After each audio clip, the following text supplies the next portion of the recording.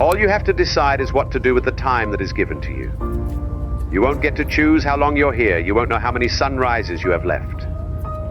You don't get to rewind, pause, or skip the hard chapters. All you get is now. This moment, this breath, and most people waste it. Waiting for the perfect timing, for clarity, for permission. They wake up in lives that don't feel like theirs, surrounded by people who don't really see them, and wonder why nothing ever changes. But time doesn't ask if you're ready. It moves, with or without you. So ask yourself, if this is the only life you get, what are you going to do with it? Who do you want to be when no one's watching? What are you building? And why does it matter? Because one day, this time you're living in will become the memory someone else holds.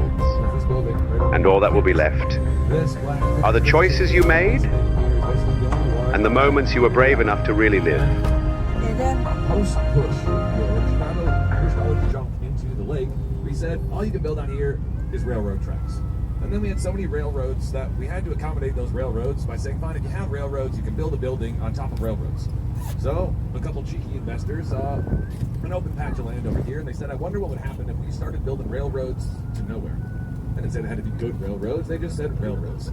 So they started building some defunct railroads that were never going to connect to anything, thinking they found a loophole, and the city said, wait, you can't build on land adjacent to the lake. And you can see that slowed them down. And so they just kept building. And after a few years, it realizes that Chicago is sort of airtight as that rule seemed. You can't build on land adjacent to the lake, but they forgot, and why I've chosen my words very carefully, and calling this a floating garbage patch. Post-push, when they pushed all this junk out here, they deemed everything out here as landfill. Land and landfill are not the same thing. It took us about 100 years to find that loophole, but that loophole, as well as a couple briefcases filled with cash given to your favorite local politician, is now we have a singular blemish on our lake from the Geyser. Enjoy this view.